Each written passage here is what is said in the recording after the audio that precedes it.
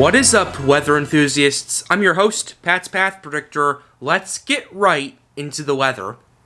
Alright, so this is the situation we have right here, folks, and this is the 4 to 8 day outlook right here, and we have a potential severe weather outbreak that's going to be happening on days 5 and day 6. Let me explain everything real quickly. So on day 5, we have a 15% risk from Tulsa down to Dallas right here, including pretty much all of eastern Oklahoma and northern Texas right here.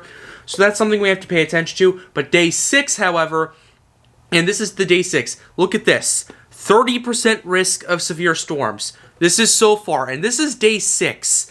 And yeah, all I'll say to that is that this is pretty ridiculous right here. This is pretty crazy if you think about it. The reason is because it's so far out, and the models are already very confident that something's going to happen. We have a 30% risk for parts of Arkansas and Louisiana. We have a 15% risk from Springfield to near New Orleans to near Houston right there. So there's going to be something going on soon. There is apparently going to be a very strong shortwave trough that's going to be entering the United States, and that's going to be driving the severe weather. So let's go ahead and read what the discussion we have for this right here. So basically, the first half of the period where the models are in remarkable agreement, severe weather risk is expected to increase gradually from negligible at best to day 4 Sunday to increase to over Oklahoma vicinity day 5, which is Monday, and through what is expected to be a substantially potential day 6 from eastern portions of the southern plains to the lower Mississippi Valley.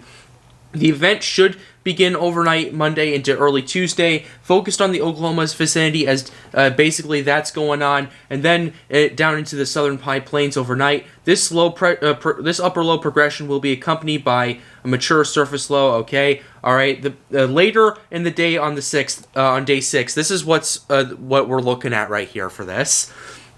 This will continue to advance eastward of the deep upper cyclone. Okay.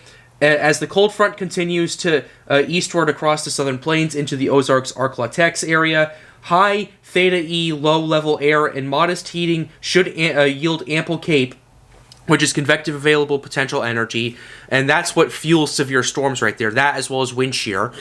Is particularly across Louisiana into Arkansas during the afternoon, with a very strong veering flow field with height that should prove quite supportive for severe supercell storms. Risk of tornadoes is apparent, along with damaging winds and hail. Let me repeat that real quickly.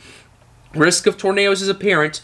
This should provide supportive of severe and supercell storms. And damaging winds and hail are also pretty bad things as well.